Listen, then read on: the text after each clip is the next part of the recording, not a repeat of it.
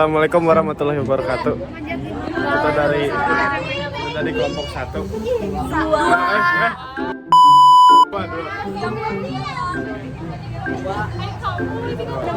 Halo, perkenalkan nama Inggian. Halo, nama aku Farhan. Halo, nama aku Janeta. Hai, nama aku Natasha. Hai, nama aku Elis. Hai, nama aku Harina. Hai, aku Jafira.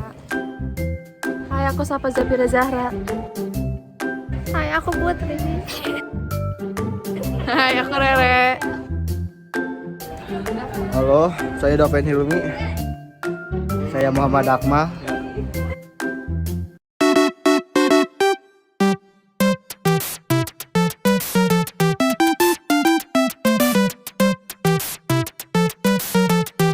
Baik, kasus satu ini kita akan membahas membuat garis lurus di lapangan.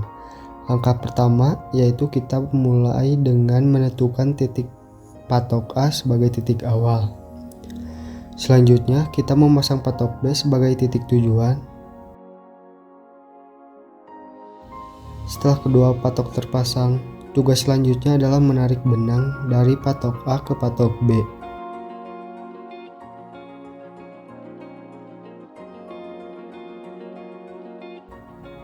Kemudian, jalan yang sudah disiapkan dimasukkan ke dalam garis lurus antara titik A dan titik B. Langkah terakhir adalah mengukur jarak dari setiap jalon untuk menyelesaikan proses ini.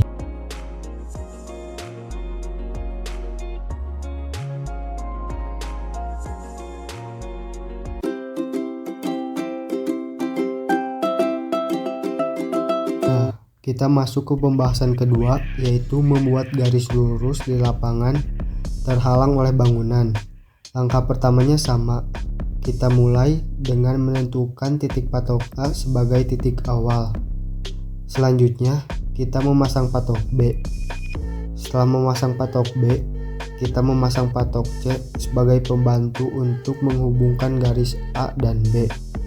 Kemudian, setelah ketiga patok terpasang, langkah selanjutnya memotong garis AC menjadi dua bagian, sama halnya juga dengan garis CB, dan hasilnya bisa ditulis dengan A aksen dan B aksen.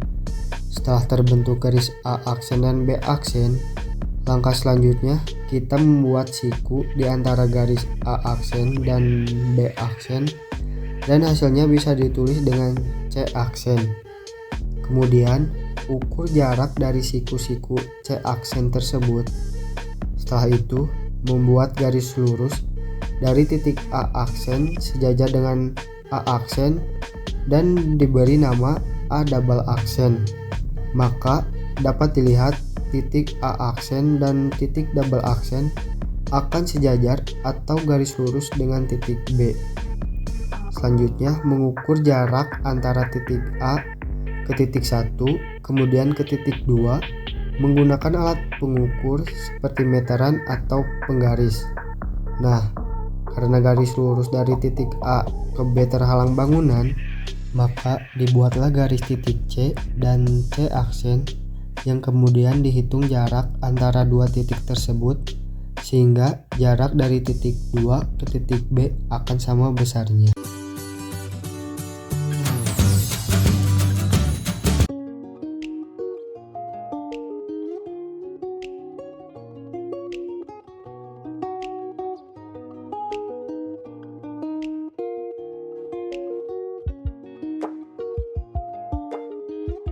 Langkah pertama, buatlah garis AC dengan C mendekati B. Langkah kedua yaitu membuat segitiga pertama dari B ke garis C dengan cara disikukan. Maka akan diperoleh jarak dari B ke garis C yaitu 13,22 cm dan jarak dari C ke A yaitu 13,75 cm. Selanjutnya, membuat segitiga kedua di antara garis A, C. Jarak dari A ke segitiga kedua yaitu 18,8. Lalu ukur dan buatlah perbandingan segitiga.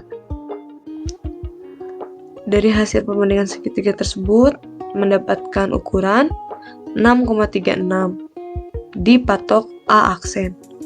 Lalu didapatkan satu garis lurus dari patok A ke A aksen.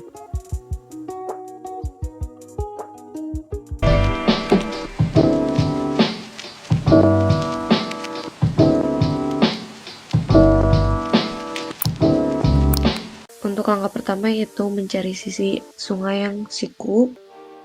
Jadikan salah satu bidang atau benda yang berada di seberang sungai untuk dijadikan patokan, misalnya menggunakan tiang atau pohon. Lalu buat patok A yang berada sejajar dengan bidang patokan yang berada di seberang sungai. Di sini kita mengibaratkan menggunakan tiang. Setelahnya, buat patok B lurus dengan patok A.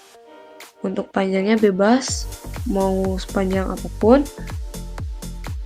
Setelah itu, buat patok C agar membuat sudut siku.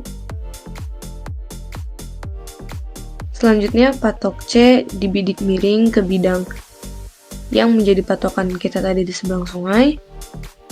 Lalu, buat patok Y sejajar dengan bidikan kita tadi, dan si patok Y ini tuh berada di sisi sungai, maka akan terbentuk dua segitiga seperti ini.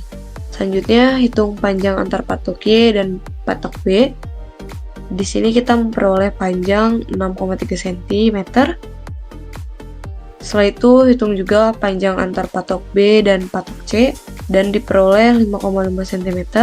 Hitung panjang antar patok A dan patok G. Di sini diperoleh 6,7 cm. Lebar sungai itu akan menjadi garis X atau panjang yang akan kita cari atau lebar yang akan kita cari. Lalu kita akan menghitung menggunakan perbandingan segitiga, di mana 5,5 berbanding 6,3 dan X berbanding 6,7. Lalu dikali silang, di mana 6,3 dikali X sama dengan 5,5 dikali 6,7. Dan akan mendapatkan hasil 5,84 cm. 5,84 cm ini adalah lebar sungai yang kita cari. Ya, sekian dari kelompok 2. Wassalamualaikum warahmatullahi wabarakatuh. Sudah.